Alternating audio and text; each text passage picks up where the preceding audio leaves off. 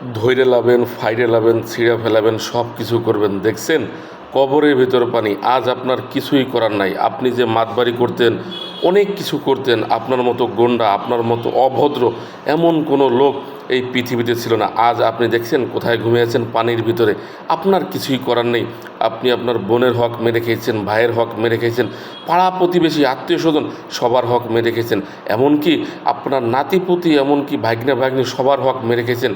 আজ আপনি কোথায়? আপনার কবরে কেউ দেখে না। নেই আপনার পাড়া প্রতিবেশী, নেই বউ, নেই ছেলে মেয়ে, কেউ নেই। যাদের জন্য আপনি কিছু করছেন তারা কিন্তু কেউ আপনার পাশে নেন। আজ কিন্তু আপনি একা আছেন।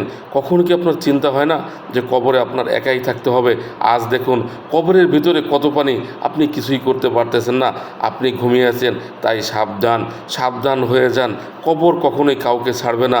আপনি যেটা ভাবতেছেন আসলে এই বিষয়টা এরকম না। আল্লাহ তাআলা কখনো ছাড় দেন, ছেড়ে দেন না। কবর অনেক ভয়ানক জায়গা।